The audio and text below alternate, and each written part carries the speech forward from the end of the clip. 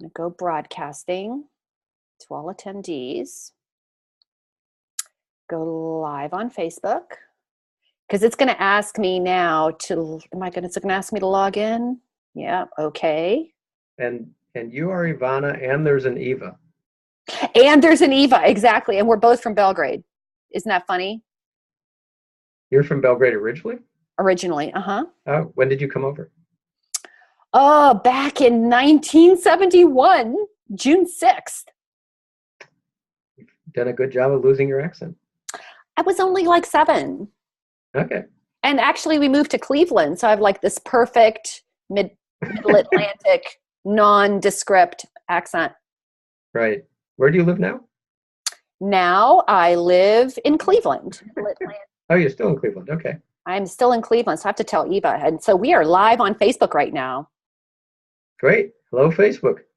Hello, Facebook. So we are just about to start Bizapalooza chat. I'm going to practice this whole spotlighting of myself. Okay, Ivana Taylor here. We are getting ready to go heading into Bizapalooza chat. I'm here with Louis Gudema. Real easy. This is the time that you have to practice everybody's name. We just finished kind of doing that. And I'm super excited. This is like our debut on Facebook Live using Zoom. Very interesting. How did you find getting into the room, Louis? Oh, it was easy. I've used Zoom before. It seems to be kind of the hot tool these days for web conferencing. It's the hot tool. Yeah, I have a Zoom account, so it was very easy. Oh, great. I have a Zoom account too. I've actually upgraded to the webinar thing just so we can stream on Facebook or stream on YouTube. And it's 2:00, so I'm going to get started. So welcome everyone, Ivana Taylor here. I'm your host of Bizapalooza Chat. We are plugging in today with our very, very special guest and our community member, Louis Gudema.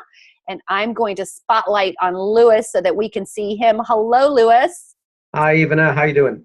I am doing fantastic. And I want to welcome you to this week's Bizapalooza Chat because we're going to be talking about setting marketing goals because it is planning time, isn't it? October.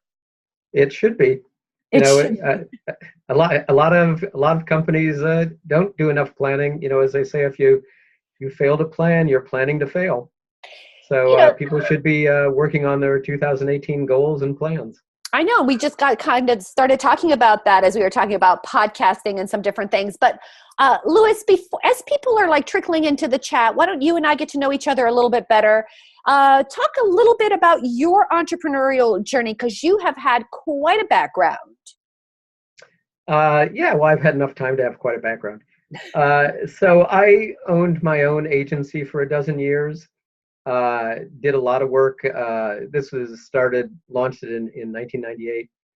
Did a lot of corporate communications for very large companies. Our biggest client was IBM.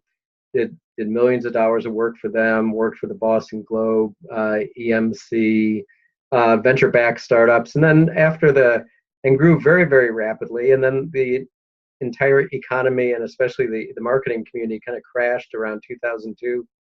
And I pivoted to being a web development agency that focused on small colleges and private schools so that I would have recurring revenue. And grew to one of the 3 or 4 largest companies in that space and sold that company in 2009. And then did business development for 2 other digital agencies, mid-sized digital agencies like, 40, 50, 80-person companies. And again, was working with large national brands at that point, Philips Healthcare and some others.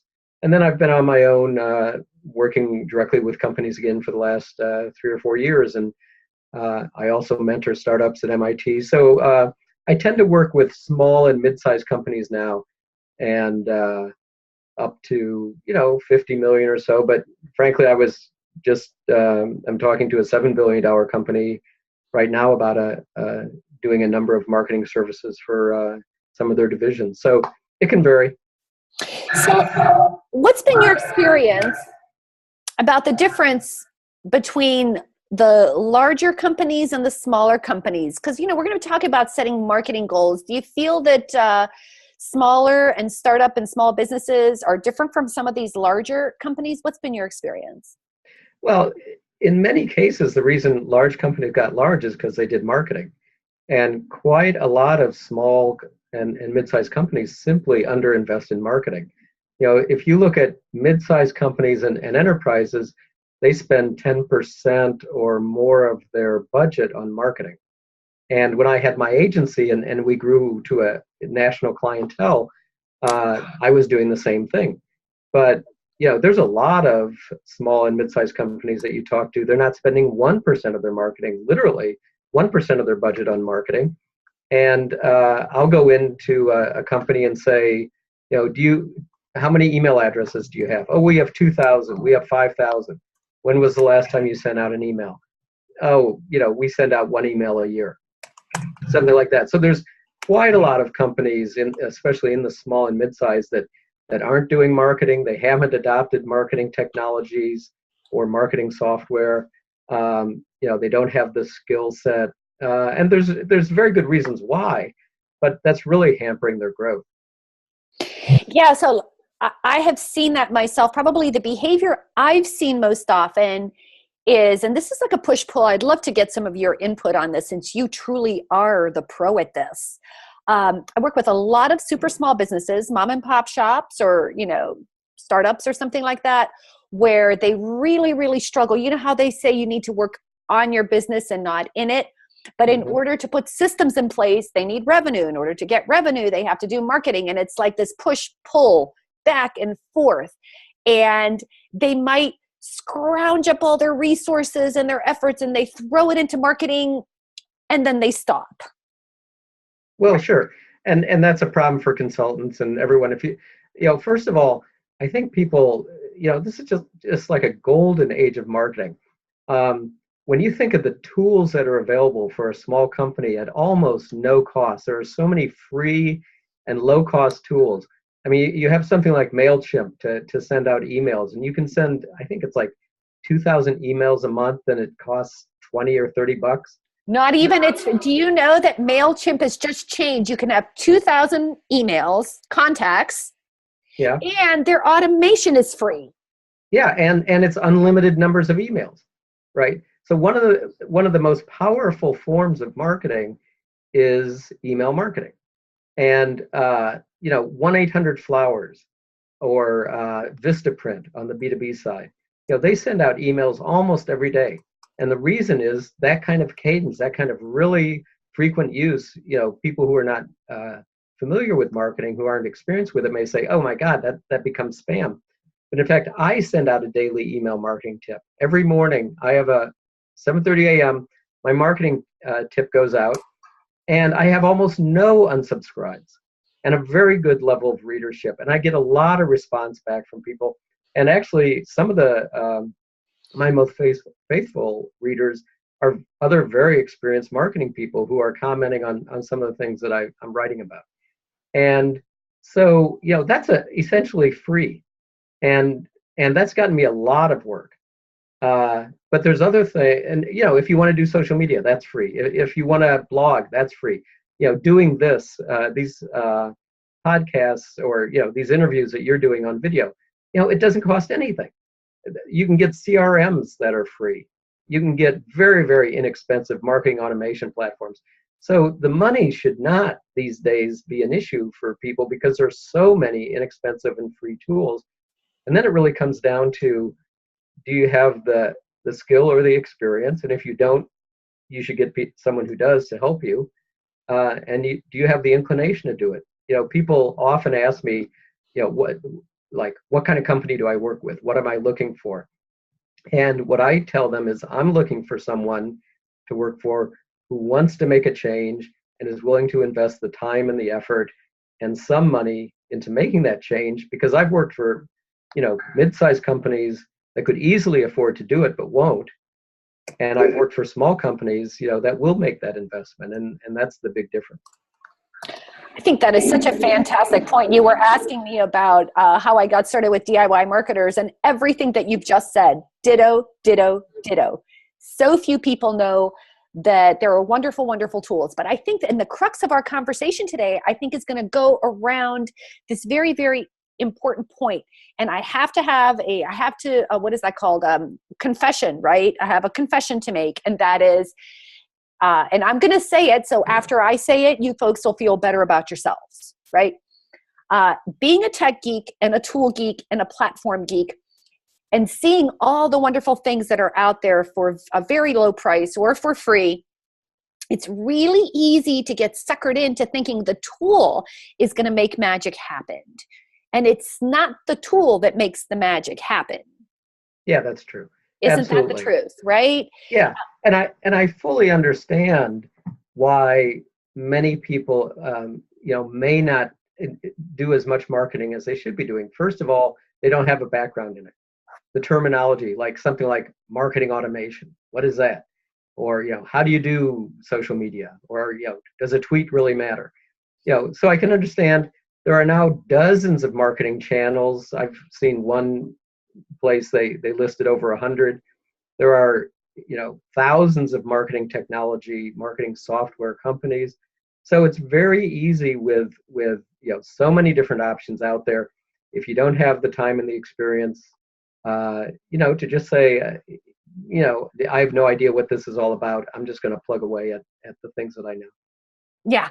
And that brings us to our core conversation today, because one of the things I'd really love for folks to get is, setting those marketing goals. What are good marketing goals? Because things have really changed, Lewis. I remember back in the day, you could set a marketing goal and you could put it like on paper, because it would take, it wouldn't change that much. And things around you didn't seem to change as much. But I have found, at least for me, that my marketing goals have to be sort of mutable. They have to be specific enough so that you can achieve them, and yet they have to allow for some flexibility. Now, I'm curious about your take on this. Like, I would love to have people walk away here with having some marketing goals set for their business. What's a good way to set a marketing goal? What are some good marketing goals? Well, what you really want is business goals, and the marketing goals support the business goals. So if your business goal is to add, X number of customers next year, or your business goal is to grow a certain percentage, or it's to have, launch a new product, or whatever that may be, that's really, the goals that you need. And then marketing is a tool to help you achieve those business goals. And as a marketer, you will have some marketing metrics. As a marketer, you may look at what are my most shared pieces of content, what are my most opened email topics. When we were chatting beforehand, you said that social media is a very popular topic for this video series, and some other things. So that those are really valuable to know. But there can be some marketing activities that you undertake that get a lot of interaction, but they don't drive revenue. Let me give you one example. When I had my agency, we're going back 15, almost 20 years now. But we underwrote on the local NPR station. And, which is a very big station. And I'm in the Boston area. The NPR stations around here get a lot of listeners, and especially during that morning drive time. And so we did underwriting during the morning drive time. I could not go anywhere, into any meeting hardly for 6 months without people saying, "Oh, I heard you on NPR this morning." Oh, it drove, however, no business. It drove tremendous awareness, but it didn't drive business. I was talking to someone else recently who was doing social media to promote a podcast. And they were saying that social media ads were not driving any business. They weren't driving more listeners. And so there's some times when you get marketing results, but you're not getting business results. And so, you really have to start out with, what are your goals? And then kind of work backwards. Think of it this way. When someone's creating marketing, business goals and marketing goals, let's say you want 100 new customers. Well, how many leads do you need to close 100 deals? And how many interactions do you need to get a qualified lead? You kind of work backwards to, okay, how many, what programs am I going to need to get those new contacts that will lead to that many qualified leads, that will lead to that many opportunities, that will actually close me that amount of new business. And that's how you can, I think, the best way to create your 2018 marketing plan is to work back from what your business goals are. So I have to ask the flip question. What are mistakes that small business owners are making when they're setting marketing goals? Well, as we were saying, many aren't setting any marketing goals. But they may be making the mistake of not starting with the business goal and and working backwards. And one of the things I know your company is called DIY, but I really am an advocate for people working with experts. People, it's very easy to say, I see ads all day long. I see social media all day long. So, I understand what this is about. I can do it. But there really is an expertise to doing marketing well. And, we're going to, at some point, be talking about my bullseye marketing framework. And that's a kind of very approachable way for people to understand how to prioritize their marketing plans and to roll out a marketing program. But once you understand that framework, there's still a whole other level of expertise to execute on it. I'm writing a book on the framework, and I would say in that book there's 300 or 400 different tips and tactics and actionable, insights for people to succeed. But just knowing the 15 or 20 channels and how to prioritize those doesn't make you someone who's necessarily going to be successful in executing. So, one of the things that I think is important for small business owners to do is to connect with an experienced marketer who really can execute for them. I'm so glad you said that. I know it's a little deceiving, and I always joke with people about the whole DIY marketing thing, right? Because there are things that you absolutely can do yourself or whatever, but guess what? You're so right. Eventually, you have to outsource a lot of that work, right? So let's talk about one of the things I have seen, though, and I wanted to get your feedback on is, and I'm pretty passionate about this point of view, which is I worry about people, especially small business owners, like literally outsourcing every aspect of marketing. And just putting it out there and say, just go make it happen, right? And where that leads is sometimes you see things like, well, everyone's talking about green. Maybe we should be green too. And, creating marketing that has nothing to do with what your business is all about. So if you were to give advice to small business owners, whether it's setting a marketing goal or like how to transition from the part that you're responsible for. So maybe that's my first question. What aspect of marketing and marketing goals is the business owner responsible for? Yeah, that's a great question. A year or so ago, I mentioned that I do some work with MIT startups and do mentoring of startups. And a year or so ago, I was at a startup event, and Dean Kamen, who invented the Segway, was one of the panelists at this event. And he also has he has, I think, hundreds of patents under his name. A lot of them in the medical device field. He's done a lot of startup work. And someone in the audience said, "Why do so many startups fail?" And the same thing could apply to small businesses because many of those are in essence startups. And a person said 70 or 80% of startups fail. Why do so many startups fail? And Dean Kamen leapt for the mic on this panel. This was like the question he was really passionate about answering. And he said that he thought so many startups failed because the CEO wouldn't let the people who knew how to do sales and marketing do the sales and marketing. So you do have to, whenever you're the CEO, and I was the CEO of a small business myself, at our biggest, we were around 20 people, even though we had a national footprint. So, it's not, I've been in their shoe. I understand what that's about. And you do have to know where your expertise is, and you do need to know how to delegate. And you need to set those business goals, like I said.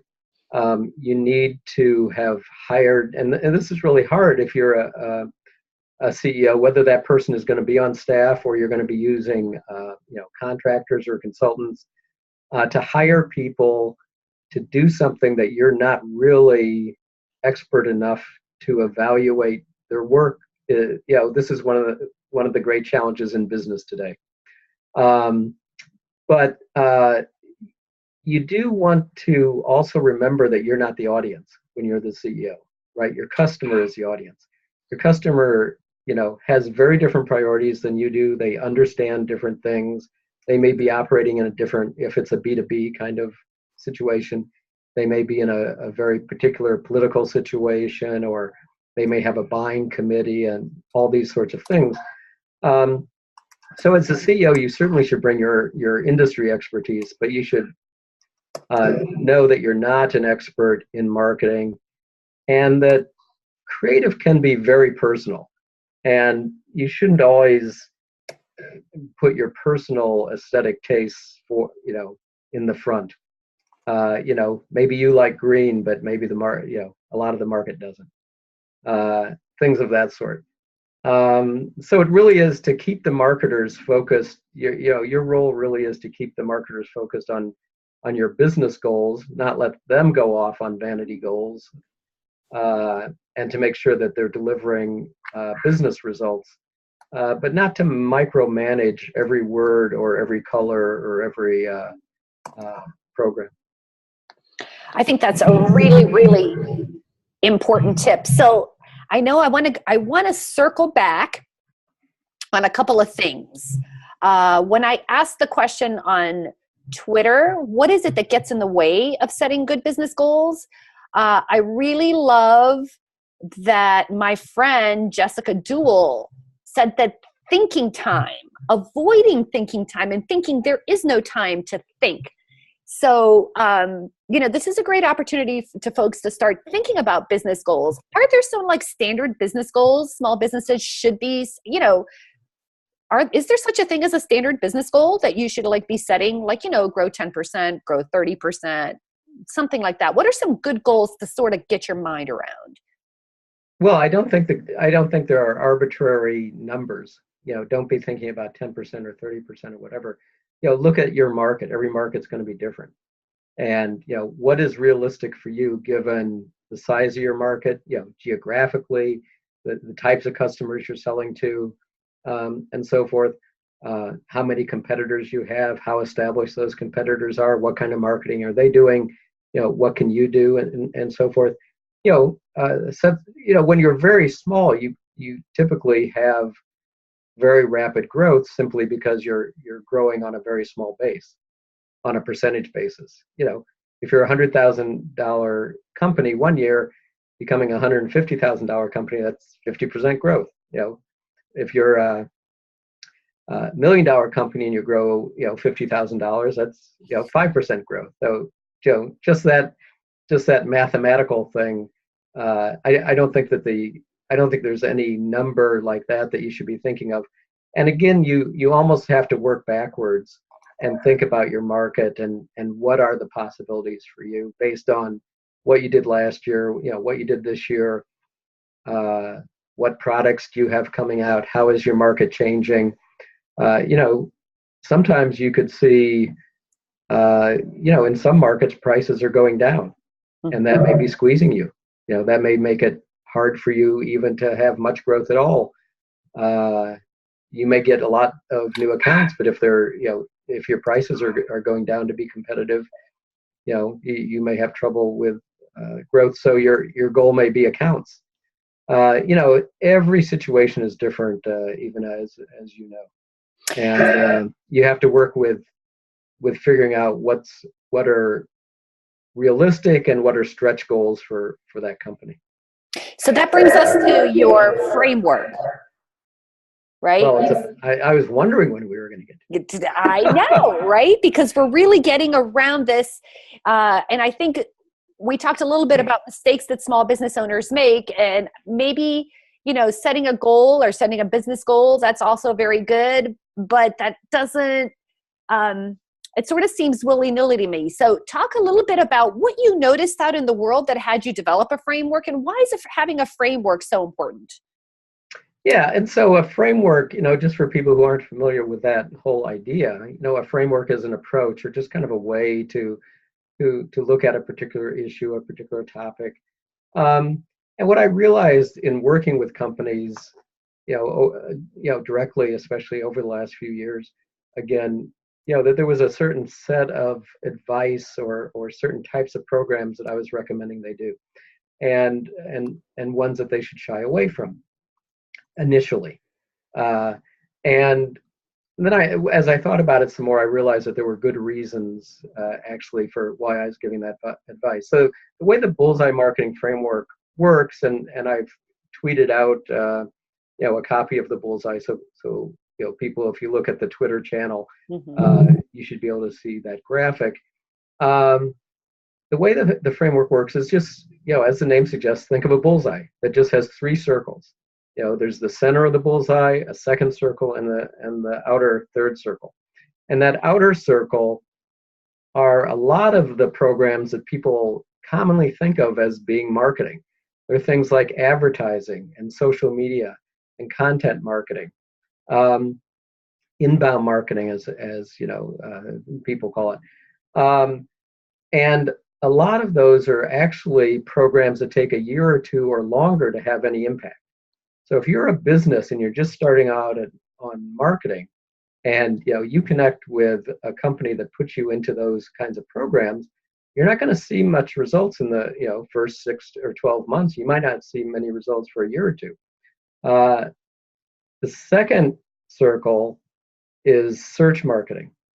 But the center, and we'll get to that in a minute, but the center of the bullseye is for a company that's a little bigger than a startup, has some customers, has a mailing list, has a website, and really has these assets, as I call them. They have established marketing assets that they're just not using nearly as fully as they should, and which in just a few months, in like 3 months to 6 months, they can implement a number of really inexpensive programs that can really produce results for them.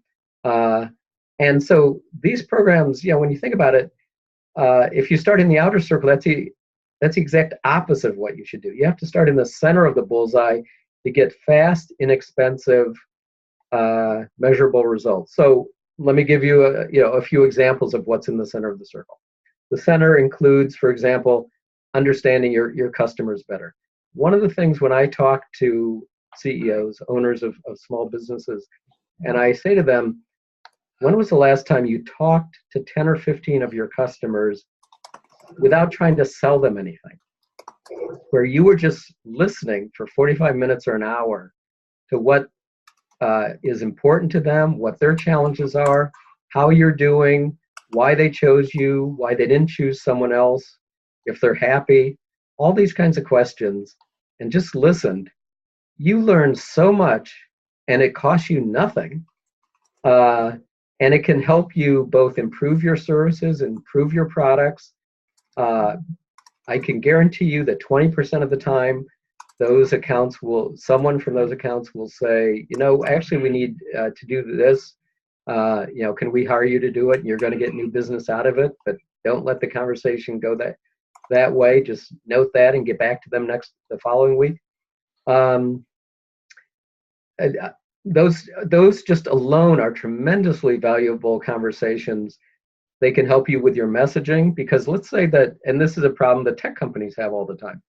Tech companies sell the features of their technology. They sell the techs and specs, as we say it.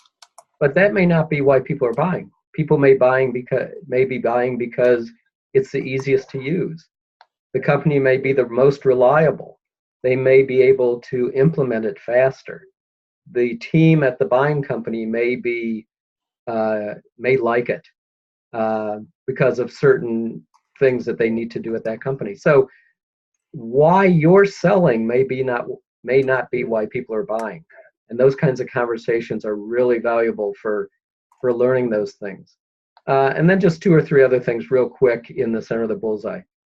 Having a website that has ways for people engaged to you, that's not just a brochure, but so that they can sign up for your email, that they can download a white paper, that they can, or an ebook, that they can get some infographics. Using your email list, again, something that's free, to send out regular, valuable emails to people so that you're top of mind and they value your input. Something like remarketing, where when someone has come to your website, they then for the next few weeks see ads about you, because that's such a good target audience, people who have just been to your website. Or if you're a somewhat bigger company, a mid-sized company, and you have a sales force and marketing people, getting them working together better. These are all things that cost almost nothing and can produce results for you in just a few months, very inexpensively. And so that's really kind of, you need to lay that foundation and get those things set up, and then move on to the things that cost more or take longer. That's outstanding. And we've had a heck of a conversation going on through here. And I think that's something, what you said is something so important that's, I believe, really, really missing. People started from the outside instead of from the inside. And I also think the other thing you said that was really, really valuable is this idea of taking an inventory of your assets and not just willy-nilly trying things. I think that I saw in the stream, and actually that's what's taken DIY marketers into like a sort of a different direction. We started by letting people know that there were all these different ways to make your small business look big. Then we realized that it was overwhelming and there were too many things out there and folks were having a hard time choosing. So I can definitely see that there is a value in having a framework and following a framework, right? To make sure that you're taking advantage and choosing the right tools that support your goals, right? Yeah, absolutely. And you can become overwhelmed. There are dozens, as I said, dozens of marketing channels, social media, email, website, direct mail, TV, podcasts, on and on and on. It used to be much, much simpler. And so the whole intent of the framework, the whole intent of the bullseye is to make it something that's understandable and to understand why. That those the center circle opportunities are things you already own. Those are taking advantage of your current marketing assets. The second circle, those are people who are new to you, but they're looking to buy right now. And so search marketing is an example of what you can do with that center circle. And then the third circle are people who may be in your field, they may be in your industry, they may be the right kind of people as potential customers, but they're not interested in buying right now. And you want to, in the long run, establish a brand presence and awareness with them. But you don't want to start with that, because as a small business owner, you need revenue. And so you want to start with those, fastest revenue opportunities in the center and the next fastest ones in that second circle, and leave that third circle until you're, kind of have the rest of your machinery operating. So this is the perfect time to ask one of the questions that we're asking on Twitter, which is, what's the relationship between marketing goals and marketing opportunities?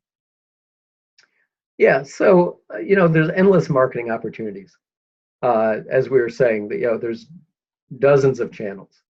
And so you have to focus on what are the marketing opportunities that are going to actually relate to your goals, and not get distracted by things that are attractive or fun, but aren't really going to advance your business goals. So for example, maybe you see a competitor that puts out a really cool video, and you're like, oh, we should put out a really cool video. But if that's not really, if all you're doing is duplicating what a competitor did, and you're not actually creating an authentic, unique voice of your own, and you're not, more importantly, coordinating with your other marketing programs, then you're not really moving things forward. You're kind of going sideways. One of the things to keep in mind about these programs is the importance of multi-touch or multi-channel. So, if you interact with someone once, that's not going to, that has a very low likelihood of changing their behavior and getting them to buy anything from you or even remember you. If you interact with them 5 times, they might remember you for a few days. You have to have a marketing program in the long run that puts you in front of people, multiple times. And so the opportunities that you have to seize on are ways to connect with people in multiple ways, in multiple touch points, as they're considering a purchase. So that may include an email. That may include advertising on Facebook. That may include, things on your website. It may be ads in certain spots. The type of interactions on your websites and so forth. Let me give you an example. I think a lot of people don't realize this, that your email list can be uploaded to Facebook to create a custom audience. Facebook calls it a custom audience.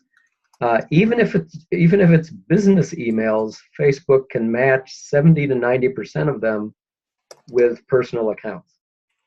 And you can then display ads to that custom audience, which is the same as your email list. And even better if you've segmented your email list in some important ways. But for now, let's just say you're uploading your whole email list. Well, now you're sending out emails to people, and they're seeing those, but maybe only 15 or 20% are opening them. But then in other times, they're seeing your ads on Facebook. Now you're getting some reinforcement. Now maybe you put remarketing a remarketing tag from Google on your website, so that when people go to other websites, they see your ads again. Now you're getting some more reminders, some more touch points. Remarketing ads cost almost nothing, because they just don't get a lot of clicks, but they're great for visibility. And then you can do other types of outreach. Maybe it's special events, maybe it's calls, maybe it's direct mail or letters, or any number of things. But how do you get all of these things working together to start to build awareness and preference, and actually inspire people to act, and not just have random acts of marketing?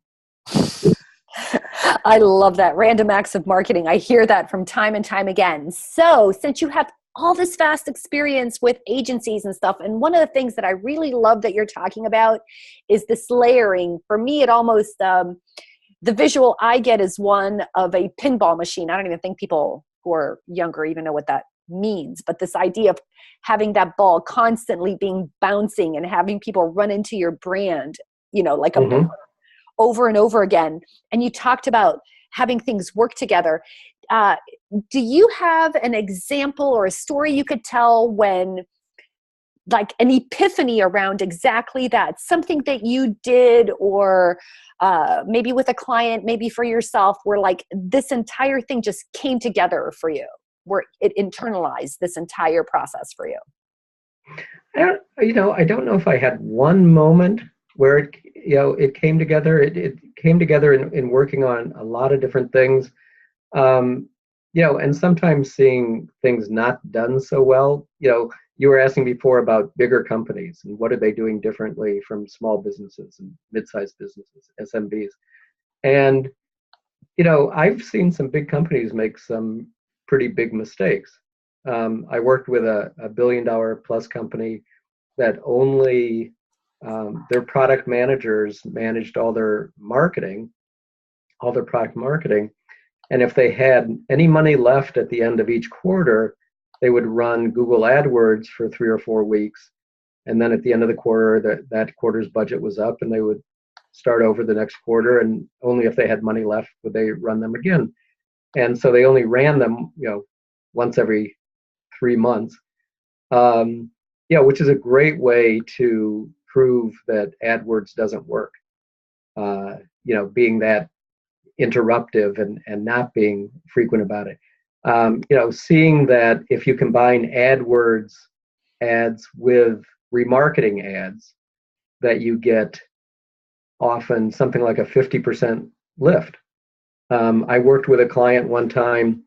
Their goal, it was a medical organization. Their goal was to get more in their search marketing. Their goal was to get more calls for appointments for their doctors. And the company that was running their search ads right now didn't have the phone number to call in the ad. And I said, is there, why don't you have the phone number in your ads? We were seeking to displace that agency. And they said, oh, it was never suggested to us. And these days, when mobile is so important and you just want to be able to click on that phone number and make the call right away, it was absolutely critical. So, one of the things about a lot of these programs, and this is when I, made that point earlier about having someone with experience and expertise involved and not just doing it yourself, because there's so many levers, there's so many things, and you do have to just be on top of a lot of them. A lot of it is, God is in the details, and you just have to sometimes be, the difference between the success of that campaign is the phone in the ad or not the phone number in the ad, things like that. So there wasn't, one time, I don't think, where I was like, oh, I get this. It was just like accumulation of a lot of experience. I think that's such a great point. You have to forgive me for sort of kind of going back, but I think this is so critical because I think it relates to this layering idea that you talked about inside of your framework, right? So that one of the first things that you said is that you want to set business goals. And then from those business goals, you're going to set marketing goals to help you achieve those business goals, right? Mm-hmm. And then we even talked about, selecting the directions and this layering about the different ways that your marketing can take form, whether it's a Facebook ad or a Google ad or a retargeting ad or any of this kind of stuff. And I think this little thing, maybe for someone like yourself that's such an expert, but I think this is where small business owners really get hung up. If you've selected a business goal, let's say to go into a new market, right? Let's say you serve the healthcare market, but now you want to serve, who knows what, the insurance market. I don't know, right? Mm-hmm. And, but now so you've set this goal. Can you talk a little bit about how a small business owner might use your framework to sort of develop this marketing, priorities, right? To set their marketing priorities. Well, if you're going into an entirely new market, you're kind of a startup, and the challenge for a startup that doesn't have some of those assets is going to be different from a company that's been operating in a market for several years and has more of those assets. I mean, some of the things in terms of the center of the circle, in terms of talking to customers, learning what's really important to them, what are the messages that would resonate with them, how do they make decisions around it? Those are always going to be true. Having a website that has conversion opportunities, finding ways to collect emails to start reaching out to them, and while using remarketing, another one of the center of the circle activities is having alignment with marketing and sales. Those are all things that is going to be pretty true in all of those situations. Now, it may be that when you're first getting into a market, one of the things you have to do, of course, anytime, is understand where your customers are hanging out. Are they hanging out? What magazines are they reading? What blogs are they reading?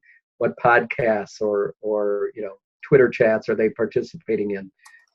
What communities do they have? And are they communities that you can participate in? Because some of those communities may be private. They may not be open, or they may be private, but you can sponsor them.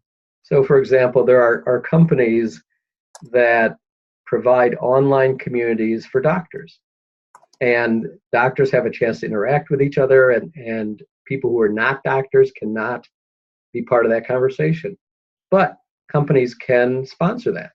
They can advertise on that. So these kinds of things, you need to find out, where is your customer hanging out.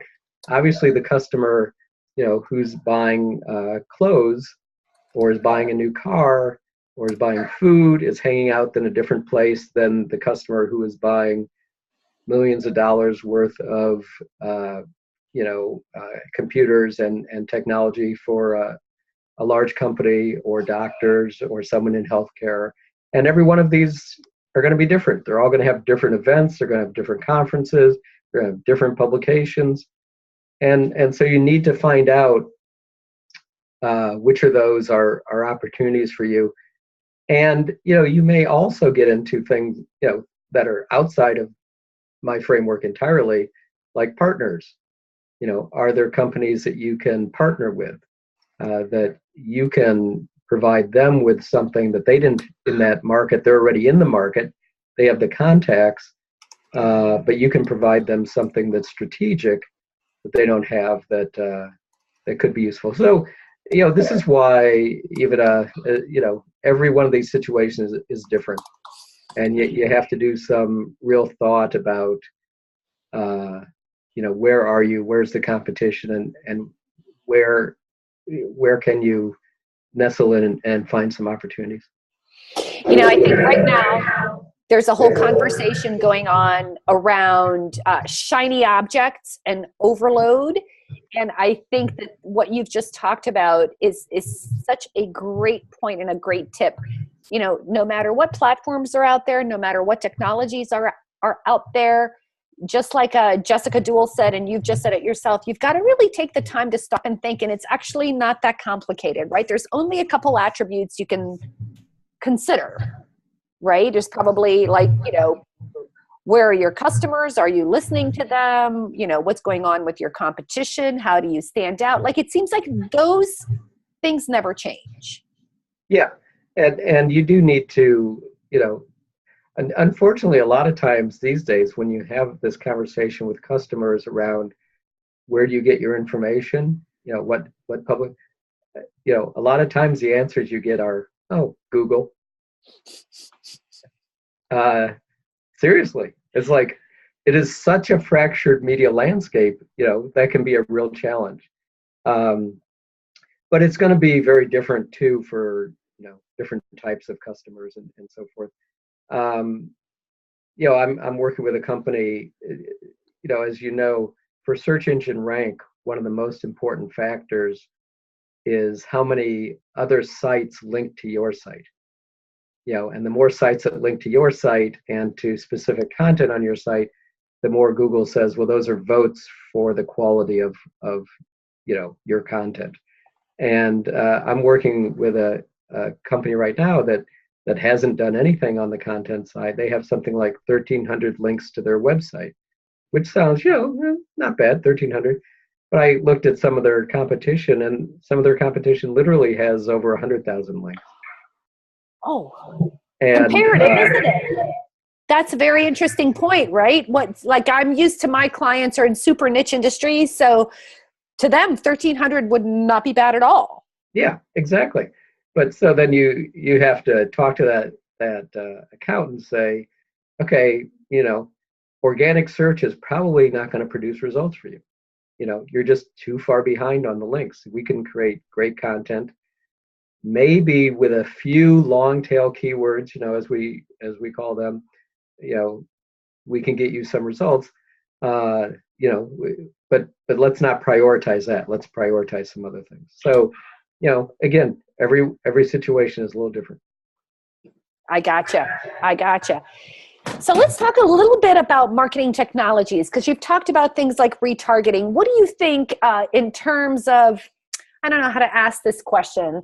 Let's just talk about it in generalized forms. You've talked about Facebook, and you've talked about, what is it called? Custom audiences. What are some of the technologies that you depend on to help you achieve some of your marketing goals or your clients' marketing goals?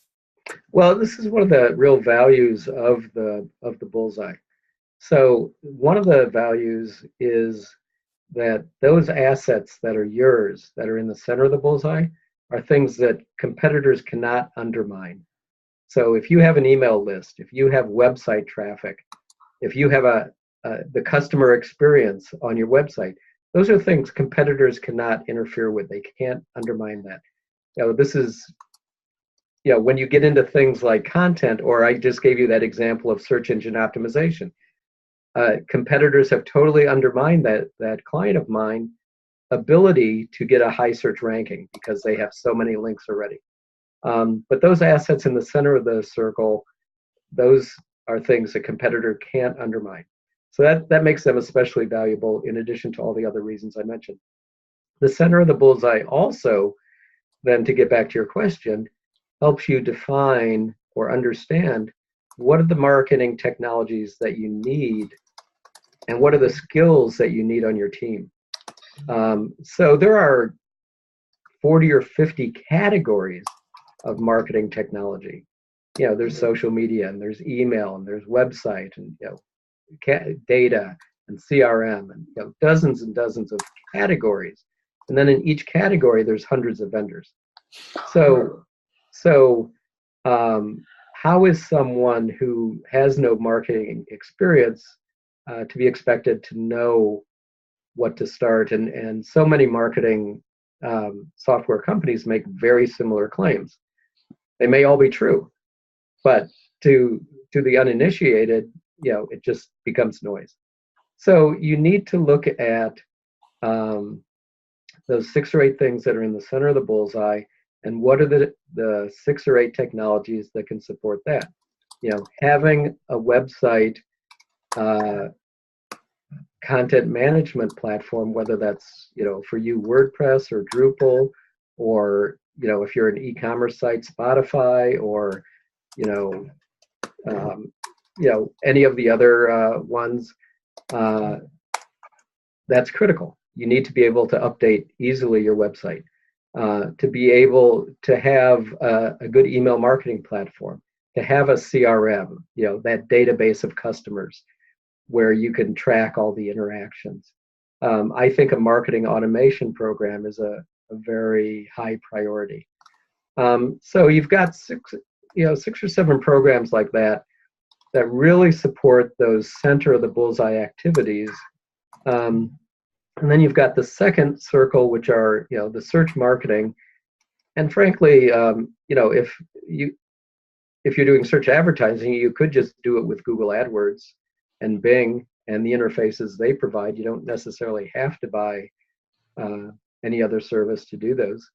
And then you can worry about other things like social media software and things related to producing videos and content and a lot of those other channels, 6 months or a year down the road, when you've gotten your feet wet, had some successes, and have a better understanding of what you're doing. And then around the skills, it's the same thing. The bullseye, helps you understand what skills you need in that first phase, so that you don't worry about the social media and the huge scale content program, but focus on those 6 or 7 core activities, and what are the skills you need internally or externally to be successful at those. I love that you brought something up. You were talking about, and I see this with clients all the time, right? You were talking about what's in the bullseye, like your core assets, right? And then you got into talking about the second level, which is like SEO, and search. And that got me thinking about, I have several clients who maybe like the trade-off between money and time. So on my notes here, I have SEO versus organic, right? Or what? And then when I say organic, it could be writing emails. It could be like these things that you do. Where I have it with money versus time and effort, right? So for talk a little, and I don't know if that speaks to the skills that you're talking about, but what's interesting to me is that I have clients, remember this whole working on your business versus working in your business. So when you are like really strapped, and let's say you're in a niche market, does it make sense to do things like SEO, hire experts who could like help in that area, versus investing a lot of time in effort right? Which you may not have if you have to service customers. You know, if you've got 5 people in your office and you've got to write code, service customers, you know, bring new customers on, and, you know, that's a lot of hands-on effort. And then there's no time left to do any of this organic marketing stuff. Speak a little bit about that balance for a small business owner. Yeah, well, first of all, SEO, I am sorry to say, if there's one area of marketing where there's like slimy people operating, it's SEO. And you know, you've gotten the emails, everybody's gotten the emails, guaranteed, page 1, top of page 1, Google ranking, we will get you there. And you know, you get an email like that, and that is just a con operation. You know, no one can guarantee you that. And you know, in some markets, as I was saying, for some keywords, it's going to become impossible. For other keywords, you know, even in that market, you might have a chance. I actually, you know, you might think of SEO as kind of in those 3 phases. It's in the second phase, but it's kind of 2B. You know, it's kind of that's a longer term play. SEO is a marathon. It's not a sprint.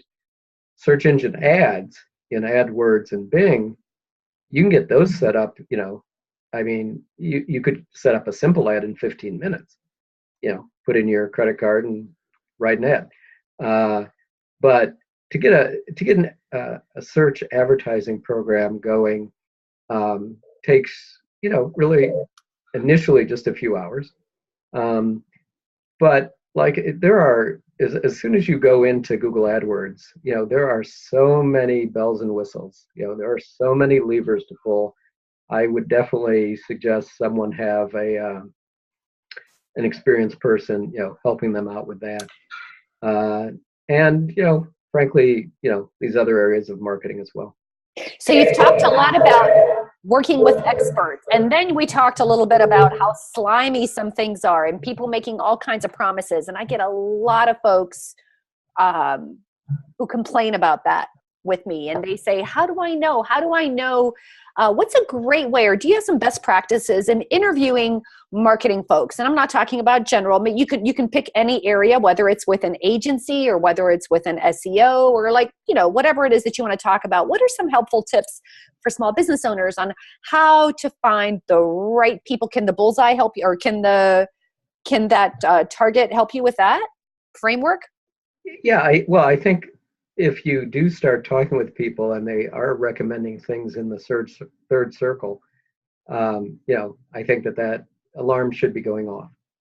I was recently, you know, it was down to me and someone else with a company, and the other agency was, you know, essentially an inbound agency. And in the long run, inbound can be valuable. But in the short run, it will produce very, you know, little results for you. And so it simply is not a good recommendation if you're looking to produce something in, you know, 6 or 12 months. And actually, if people go to my website, to the revenueassociates.biz website, and go to the blog there, they'll see a extensive analysis of HubSpot, who came up with the whole idea of inbound, and how rapidly their costs of marketing have been going up. And these are the experts at inbound. So, you know, room to think there. So yeah, if a company is suggesting, if an agency really focuses on those third circle kinds of third phase programs, that really isn't a good recommendation for someone who's just ramping up a marketing program. Those are long-term programs.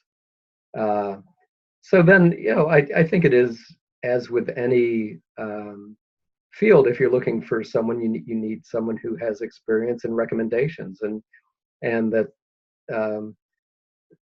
they don't necessarily have to have worked in your industry, because the principles of marketing work across many industries. There's a few industries I won't work in. I don't work in biotech or pharma. I know they're highly specialized. They have a language and an expertise that make me inappropriate for them. You know, but I've worked in education and publications and technology and, you know, consumer products and many others, where the similar sort of principles apply and can be successful. So talk to people with experience, and check their references, and try to make sure that the types of things that they can operate with your kind of budget, and that they can be there for you, in the long run. That's wonderful, Louis. And to wrap up, what is the next action a small business owner can take after they finish watching this video or being on the chat? And tell us where they can get more information. I know you mentioned it. Please be sure to tweet it out as well so that we can get some more information. Where can we get more info? Oh, sure. Well, come to my website, revenueassociates.biz website, and I will tweet that out afterwards. There's if you on Twitter, I'm Louis Gadima. Very easy. If you want to email me, Louis at revenueassociates.biz, or DM me on Twitter and send me your email address, happy to add you to get the daily email marketing tip. If you go to the blog, you'll be able to read a lot more about the bullseye framework, and hope to have some conversation with you. Awesome. All right, so there you have it, folks. The Twitter chat is still going on, so please be sure to head over there and give us your point of view. Please be sure to go over to Louis's website, which is, oh my gosh, it changed changed what I wrote into a bit.ly link. Revenue, say it again. Revenueassociates.biz. Revenueassociates.biz. I tweeted it out and it changed it to a bit.ly link. So thank you for plugging in with us on setting your marketing goals. Please be sure to set your marketing goals now. TikTok, people, 2018 is coming. So take a look at your internal assets. What have you got? You got a great email list. You got great customer relationships. What are the core elements that you have? Work your way out to the bullseye. Get help where you need it. Set great marketing goals. Set your marketing priorities. Thank you, Louis Gadima. It was great having you. Thank you, Ivana. It was